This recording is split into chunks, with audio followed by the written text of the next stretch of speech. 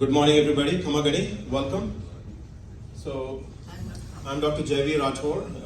I'm a neurosurgical epileptologist trained at Johns Hopkins and Cleveland Clinic. I'm currently the chair of Epilepsy Foundation, Florida State. I have a practice of my own, Falcon Advanced Neurology and Epilepsy Freedom Center in Orlando. I'm Dory president, and thank you for many of you who are part of that. It's an effort. I'm gonna introduce Dory a little bit shortly. No disclosures. I'm on some speaker bureaus and stuff, but it has nothing to do with this talk. So I'm gonna introduce Dory Foundation a little bit. We will talk about epilepsy from basics to advanced, including the latest inventions in that field. And we'll talk about briefly about the psychiatric comorbidities associated with epilepsy. That's my field of interest in research. And then we can have a question-answer discussion if time permits.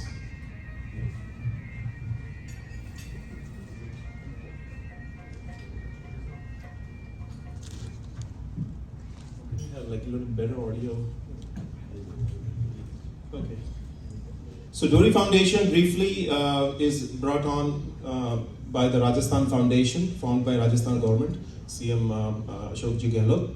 And they brought all NRI Rajasthanis together. From that, a group emerged of doctors. So we named it Doctors of Rajasthan International, Dory Foundation. We have approximately 130 members on this WhatsApp group. It's duly registered in the state of Rajasthan. And our goal is medical education and healthcare improvement in the state of Rajasthan. So we have done some activities so far. We have launched a WonderX app. Any Rajasthani can reach out to all the members of the Dory Foundation for free consultation. We have done some lecture series in SMS, AIMS, Jodhpur, and many of the Rajmai members, including the leadership, are part of that group. So I encourage, if anybody interested, please reach out. I'm happy to join you to the group. So let's talk about epilepsy. So epilepsy, the word came from the Greek word epilembein, which means to be seized. So this is also called a sacred or divine disease. In olden days, it was thought that the ghosts or some kind of, they seize the person. And also in the Bible, they have mentioned that Jesus, in a couple of things, they have mentioned cures a boy and takes away the evil spirit out of that. So that has been the history of it. But over a period of time, we have realized it has nothing to do with the evil spirit. It is basically an electrical abnormality, electrical disorder of brain. Brain is an electrical organ. It has to work in a very synchronized way. And if anything goes wrong, it can go into a seizure. So if you see there's a lot of brain activity. Sometimes it goes beyond a threshold, which it's not supposed to, and that causes some electrical abnormalities. The symptoms will depend which part of the brain is having abnormality. The show. Maar het zal eraf komen. Ja, maar het krimpt net.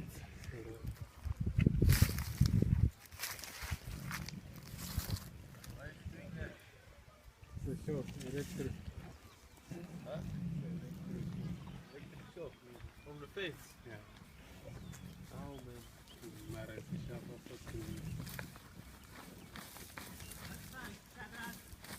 Hè? Hij is elektrisch. Die waar? Elektrisch.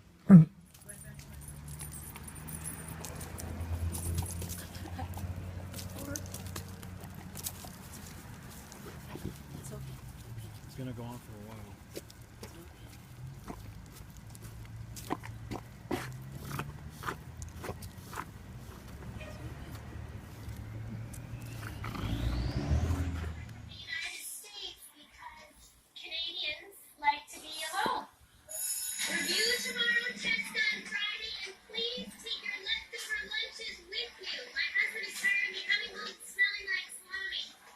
Hey, Tony, would you like to do my house second?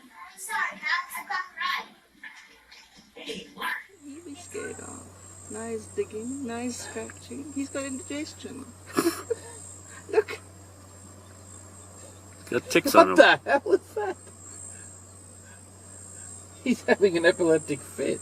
I wonder if he's eating something odd. What is he up to? He's shaking. Yeah.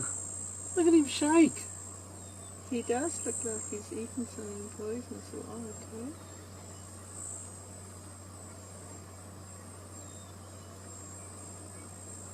I've never seen that before. Show you that every brain, doesn't matter what animal or human you are, it can see. Be it a tiger, be it the king of the jungle, or a fish, or a dog, or anybody. So all of us, anybody who has a brain can potentially seize. That's the whole point of it. So in this you can see the tiger is having a seizure, what we call as generalized tonic-clonic seizure. So basically the whole body goes into a very bizarre tonic followed by a relaxation phase. So it's very dangerous. 1% fatality is there, and most of the time it is called sudden unexpected death in epilepsy because it causes some cardiac arrhythmia problems, and there can be asystole associated with that. Because of the rapid contraction of the diaphragm and all the muscles, including your throat and neck and everything, they're not able to breathe properly. So it is really a devastating disease. But not all seizures go into the generalized tonic-clonic seizures. There can be subtle seizures.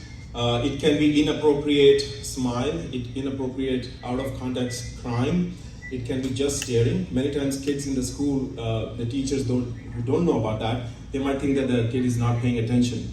It can be just a simple motor where your one arm can have a little jerk, one leg can have a jerk, face can have a jerk, sometimes eyes can have a little jerking movement called nystagmus.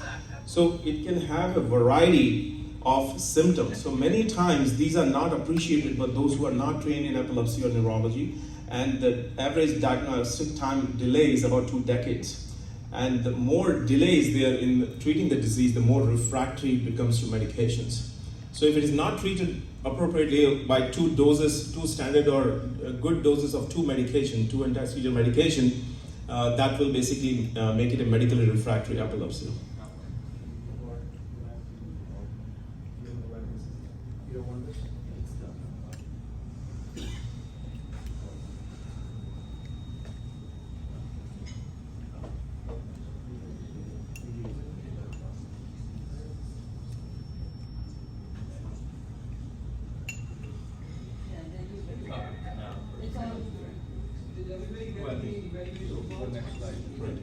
So prevalence and incidence, so 1% approximately, little low, little high, depending on which part of the world you are from, approximately 1% incidence, that makes it 3.4 million people in the United States, about 65 million people around the world have epilepsy. So many people think that, it's not that common. Actually, it's very common. It is the 4th most common neurological disorder after migraine, dementia, and stroke. It is epilepsy, all right? So WHO estimates, as I just said, 65 million people. And I'm going to give you a little bit of perspective from the India standpoint, Rajasthan standpoint. 1/6 are in India, and 80% of people with epilepsy are from low to middle income countries. 10 to 12 million people in India, and about 3 to 12 out of 1,000 people in Rajasthan have epilepsy. Higher occurrence in males, rural areas, and lower socioeconomic status people. And there is a high treatment gap. There is out of those people, those who have epilepsy, how many of them are not treated? That is called treatment gap. It's a high number, mostly in the rural area, up to 90% of the people. Especially in India, you know that it's a social taboo if somebody has epilepsy. Family members sometimes don't want to discuss that in open because of various reasons, marriage, job, bunch of other social stigma associated with that. Even they used to have make the patient smell a shoe or something, a pungent smell or something, which is totally not a good thing to do. They think that will stop the seizure, because most seizures, they stop within 2 to 3 minutes. So many times people think that doing such kind of practices helps stopping the seizure. And there are various reasons. Anything that damages or causes insult to the brain can cause seizures. Starting from a very newborn babies, if they have maybe genetic problems, they can have seizures. There are quite a few genetic disorders in epilepsy. If there is a trauma during the delivery, intracranial bleeding, trauma as a kid, infections, and then there is 2 distinct peaks. One is around age 2, and one is 65 and plus. 65 and plus is actually the 25% of all new cases happen in that. And most of the time, it is ischemic insults to the brain, like a stroke. Does not necessarily have to have a big time stroke, it could be small strokes. Many of these, just like MI, can be silent. So they don't have any symptoms or anything acutely, but when we take an MRI, we see there are multiple tiny strokes there, which technically in radiographic reporting, they would say small vessel ischemic diseases. Sometimes these are juxtacortical and they can irritate the cortex and cause seizures. In India especially, neurocystic sarcosis, which is a tapeworm larval stage, that is a common cause. And here in US, we see a lot of those cases coming from Latin America. The difference between Indian teniasolium neurocystic sarcosis and from the Latin America is that India usually you see solitary or maybe 1 or 2 lesions. Those coming from Latin America, they are like a plethora of those lesions across the brain. And that's really a very devastating disease to treat. It causes billions and billions in the care, so it is usually a very high financial burden for the country. Now let's talk about the treatment, the 3 Ds of it. So drugs, diet, devices, and surgery. So first, there are 30 plus medications available that can be used orally, dating from bromide being the earliest one, phenobarbital, dilantins. We have come a long way. The most recent ones, cenobamate, which I was involved in one of its trial at Johns Hopkins. So these are pretty decent medications. There is no definite criteria that what medicine is suitable for what, except for a type of epilepsy, generalized versus focal. We're going to talk about that. But mostly we see age, gender, all those things before we decide which medication, or pregnancy status before picking the right medication for the patient. And then if good doses of 2 medications fail to control the seizure, which happens in 1/3 of the patients, that is the definition of drug-resistant epilepsy or medically refractory epilepsy. Then if those people who fail medication, they should be referred to a neurologist or epileptologist ASAP, because the longer you wait on that, the disease becomes more refractory, and surgery may not be a good option for them as well. So out of those 36% patients who do not respond to medication, not everybody, but about 10 to 15% of them are eligible for surgery, right? So the surgery is a very good option, especially if it is coming from a non-dominant, away from a eloquent cortex that can be resected. Those patients, those who are not a good candidate, there are some recent advances in the field called responsive neurostimulation. I'm going to show that and go in details of that. We have vagus nerve stimulation, and we have a deep brain stimulation. Deep brain stimulation has been used for Parkinsonian tremors for many, many years now, but it got recently approved in 2018 for epilepsy as well. So we just talked about that. There are various aspects of the medications. Sometimes they're not that suitable. People forget to take medications, and side effects are there, so many times people don't like it. This is from the Montreal Neurological Institute when I visited there, and all the major people, including Wilder Penfield, who have been a pioneer in the field, giving the whole brain homunculus and everything, and trained from Johns Hopkins as well. This is where they used to sit and discuss the old epilepsy cases. So this is the surgical aspect of it. So when we do the brain, just a scalp EEG, sometimes it's a deeper focus. By the time it reaches the cortex on the scalp, it diffuses and it becomes a very broad thing, and it's difficult to localize. So in those cases, and especially when we are planning a surgery, and MRI doesn't really give you a good idea where exactly the lesion could be, then we open up the skull, craniotomy, and we put these high density grids on top of the brain, and we pack it back up, and patient is in the epilepsy monitoring unit. Usually these are done at tertiary care hospitals. And then we let the patient have a seizure. We record where it is coming from. We stimulate all the contacts on the brain to figure out what function is there. It's called brain mapping. And then there's a multidisciplinary team, including neuropsychologists, epileptologists, neurosurgeons. We sit together and come up with a plan that which part, if that focus can be resected safely without much deficit.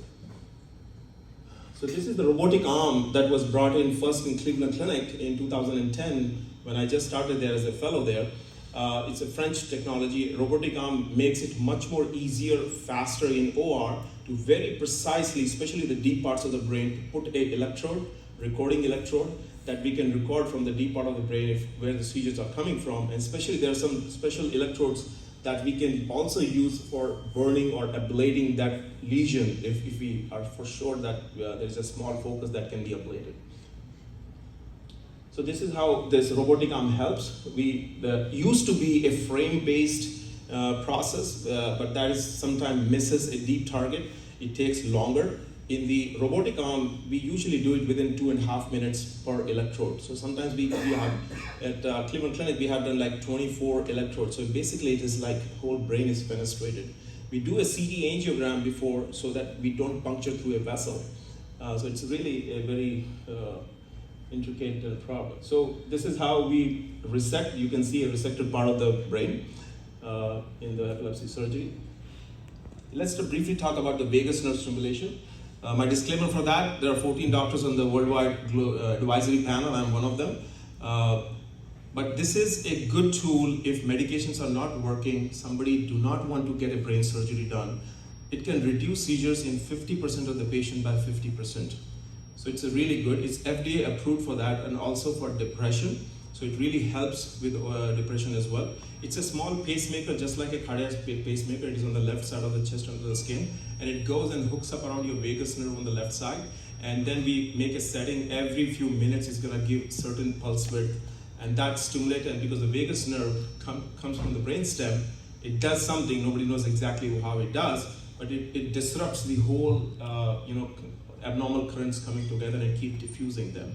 It's called neuromodulation. So over a period of time, the longer it stays, the more effective it gets. Now comes to deep brain stimulation. We'll talk about it a little bit deeper. As I said earlier, it has been used in Parkinsonian tremors very effectively. But there was a trial called Sante trial, in which the anterior thalamic nucleus, sometimes we also do centromedial nucleus of the thalamus, and it is a very precise location. Again, we use robotic arms to put that in. And again, there is a small pacemaker kind of thing that keeps stimulating it. And again, there is no definite process, though we think that it goes to the Pepe circuit and causes more of inhibition for the abnormal currents to cause that. So thalamus as a gateway to the cortex, to the anterior nucleus, and then it's because a part of the Pepe circuit, it diffuses the whole abnormal current building up once in a while. So that's about it, that one. So it just shows you the timeline, how it has been used for tremor, Parkinson's, dystonia, obsessive compulsive disorder. So it has a wide variety of uses, assuming that the thalamus, which is the core and the major controller of the brain. This just shows the timeline of it. Again, eligibility 18 plus, 18 to 65, 6 or more seizures with or without secondary generalization per month, and has failed at least 3 drugs. So those are the criteria for putting that thing. Usually they don't do VNS and DBS together, but we have done VNS and RNS together. I'm going to talk about that. Deep brain stimulation. So this is how you have 2 electrodes going bilaterally in the anterior nucleus of the thalamus. Mostly it's a very safe procedure, but there can be in low ones or something complications. So that has to be discussed with the patient.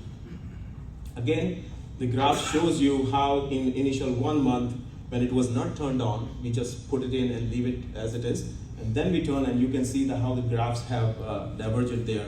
And after a 1 month of period, in the one that was not activated, the seizures increased again, and once it was started after 1 month, it came back down. So as the time goes by, up to like 5 years or something, you can see there's approximately 69% to 70% reduction in the seizures. Again, this shows what kind of seizures it is more effective. It is more effective in complex partial seizures, which the new word is focal unaware. What that means is basically the seizure happens and you can feel it, but you don't lose your consciousness. Those are used to be called simple partial seizures, or the new term called focal aware. They start from one focal part of the brain, you're aware about what's going on, so focal aware. If it alters your consciousness even by a little bit, makes you a little disoriented, confused, these are called focal unaware. Used to be called complex partial seizures before. And then if it goes even beyond that stage, then it causes the convulsions or generalized tonic-clonic seizures. So these are more effective in those focal unaware or generalized tonic-clonic seizures. So which is very important, because these things, if they can, even if they don't control all seizures, if they can stop generalized tonic-clonic seizures, it's a huge reduction in the mortality because of the sudden unexpected death that can happen, which is 1% of the time. So it is a great benefit and prolongs their life expectancy. Again, the same quality of life improves. As I just said, it's a great tool. It reduces, as the time goes by, it reduces seizures, 40% of the seizure reduction, and most in the complex partial ones. And safe and effective treatment for that. Let's talk about my favorite. This is my favorite, RNS, responsive neurostimulation. NeuroPace Incorporation makes it from San Francisco, and it has been, a worldwide, multiple sites were involved. My chairman, Dr. Berge from Johns Hopkins, has been the lead in this. What it does, it's a diagnostic as well as therapeutic tool. So there's this small pacemaker-looking stuff that we put create a window in the skull, and it rests there, and there can be 4 contacts, whether it is a deep or superficial electrodes, that go into the part of the brain. But in this case, you need to know where it is coming from. The more confident you are about the focus, the more effective it is. In deep brain stimulation, vagus nerve stimulation, you don't need to know where it is coming from, because they are just, the DBS goes to the anterior nucleus of thalamus, the vagus nerve stimulation goes to the vagus nerve. You don't know where they're coming from, or whether it's a focal, or whether it's a generalized epilepsy. But in this, it is more effective if you know where exactly to put. And the basic thing is, it just keeps recording. You put a wand on that after the whole process is done. On your tablet, you can see the whole brain activity, what we call as ECOG, electrocardiography, the EEG version, when you record directly from the brain. And you can select that this waveform looks epileptic to me, or this is a seizure discharge, because whenever a patient feels a seizure, they have a magnet, they can swipe and it will mark it. So when the patient comes in for clinic evaluation, we see when the patient marked it, was that a seizure? And if that was a seizure, we train this machine to zap it with a strong current. So as you can see, the seizure started here, and there was no stimulation, no nothing. It kept on going. And here, it was zapped right there, it got diffused. All right? So it's really effective. As the time goes by, there's an AI involved in it, and it improvises on it. And the longer it goes, the better it goes. And many times it has happened that when some patients were right on the spot where the seizure was starting, it recorded all of them. So it gave us good data that, we are very close to the seizure focus, and it is effective this way. We go in and we scoop it up, and the patient becomes seizure free. So they don't even need that. So it's both a diagnostic as well as a therapeutic measure. And especially it's useful, let's say the seizure focus is in your dominant brain, somewhere close to your Broca's area. If we cut it out, you will be seizure free, but you will be mute. You won't be able to talk.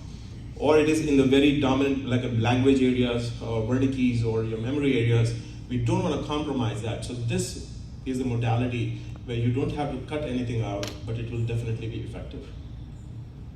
So this is just, you show how the electrodes are sitting on the brain. We make a window in the skull, and how it works.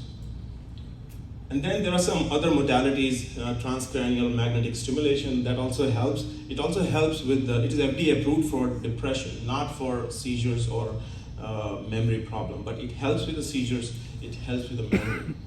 So if somebody has a depression, refractory depression, they can go this route. It's going to help them for other things. It basically just alternative magnetic fields invigorates the brain cells over there. And even in post-stroke and anything, it helps. So this is my research paper published in Beth Israel Deaconess, coming from Harvard, depression screening in epilepsy patients. So PHQ-9, which many of you know already, it has been validated. I was a lead author on this NIH-funded study, and it's one of the largest prospectively enrolled patient, 247 patients. This came from my Cleveland Clinic group. This is the American Epilepsy Society. So life still can be great, whether it is Julius Caesar or the current Chief Justice of the United States Supreme Court. There can be a lot of people who had epilepsy, but if it is properly diagnosed in time and properly treated, people can have a near normal life. So this is my alma maters. Whatever I know, I've learned from Cleveland Clinic and Johns Hopkins. I will take any questions if you have. What about yoga in epilepsy? Yoga, yeah, I had the discussion with Sri Ravi Shankar about that. So yoga, yes, definitely, because the lower the stress level, Some of the factors that cause breakthrough seizures is lack of sleep, stress, and not taking the medications. You prescribe that? No, we talk about that all the time. I talk about meditation. I'm advanced trained in meditation from Art of Living. So I definitely talk about that to my patient. It is underutilized tool for sure, but the lower the stress level, the better the brain coherence is. It has been proved on EEG data as well. So it's always a good idea to do that. I talk about that to all my patients. Can I get permission to ask one question? Sure. So if it sounds like, vagal stimulation, whether you're cardiovascular or neurological, my question is a little weird. There's an epilepsy, temporal lobe epilepsy. And some people, when they have temporal lobe epilepsy, they get this spiritual nirvana, see God and heaven and hell and all this. Is this real? Is the brain is the source, or brain is the conduit of something supermind? So brain is a conduit of that. Brain is capable of creating experiences either by stimulation or lack of stimulation. When there's a lack of stimulation, like in Charles Bonnet syndrome, for people who have visually impaired or even blind, brain gets creative. They start seeing things, and sometimes they see weird things. So one of my presentation at American Epilepsy Society that I reported a series of 5 patients where they see when the epilepsy, we have proven that on the one part, especially the basal temporal, where there are cells for faces. So you all now have, those who have not known me before, a cell designated for me. And just like me, all the people you know from face and everything, there is a designated cell for that. Sometimes there can be weird part, depending on which part of the brain it is, and temporal lobe definitely does that. I have patients who talk about that they directly communicate with God, and hyper-religiosity. It is a known fact in temporal lobe, it does happen. And even some people have one part of the brain gets suppressed because of abnormal activity or the original lesion, and some other parts they develop, and they have come up with new talent that has been reported as well. If they see very well-formed shapes and stuff, that is associative cortex in temporal lobe. If it is a very crude dots, stars, or just lines and stuff, that is a primary visual cortex, area 17. So area 18, the associative cortex, and the basal temporal, that is the part where you have weird shapes and stuff. And sometimes they even have a mute movie going around when they see something like that. They don't interact with you. It's very scary for many of the patients. Especially now that I also practice in the world's largest retirement community, the Villages, Florida, I see a significant portion of those patients who come and talk to me about hallucinations and those kind of things. So whenever there is a hallucination, certainly, in those populations, you have to consider the medication induced, but at some time, you have to also consider some organic lesion, a tumor, or epilepsy. Any role of marijuana in resistant seizure? Marijuana has 3 brackets as far as the epilepsy is concerned. 1/3 of the people do very well, the seizures do better. 1/3 have no change, 1/3 get worse. So there is one FDA approved medication called Epidiolex, which is basically the THC based, CBD based actually, not THC. So yes, we definitely consider that for some patients who are refractory on other usual medications. So we also try ketogenic diet, marijuana in some people. I don't prescribe it, but there are other people. I prescribe Epidiolex, which is a CBD based medication. Yes, sir. In case patient is free of seizures for many years, is there optimum time when you can consider to discontinue medication? Very good question, very commonly asked question. It depends. Let's say the patient is non-lesional, their MRI did not show a stroke, did not show a tumor, did not show any congenital malformation. Then if they are seizure-free for 2 years at least, then we don't stop it cold turkey, we reduce the dose, and then we follow patient clinically, and there can always be subclinical seizures that the patient may not be aware of, so don't take their word for granted. Always ask their spouse or family members, are there any incidents where there is a fluctuation in mental status or something? If you don't trust or you don't have a good history on that, then bring them into an epilepsy monitoring unit where record the brain waves for 3 to 7 days. If there is nothing wrong going on in 7 days, although 7 days is not a perfect as you do Holter, you have to go for loop recorder if you don't get enough data. So at least 7 days, if nothing is happening, then you can try it, but again, with the caution that there's approximately 20% chance of seizure recurrence. And many times, the downside of stopping the medication is that sometimes when they come back with vengeance, despite trying multiple medications, you're not able to get the control again. So if the medication is not causing a whole lot of side effects, they are okay on that, I would recommend not to stop it, especially in lesional epilepsy. Thank you. You can ask me separately if you have any questions later. Thank you very much, appreciate it. Thank you, Dr. Rathore.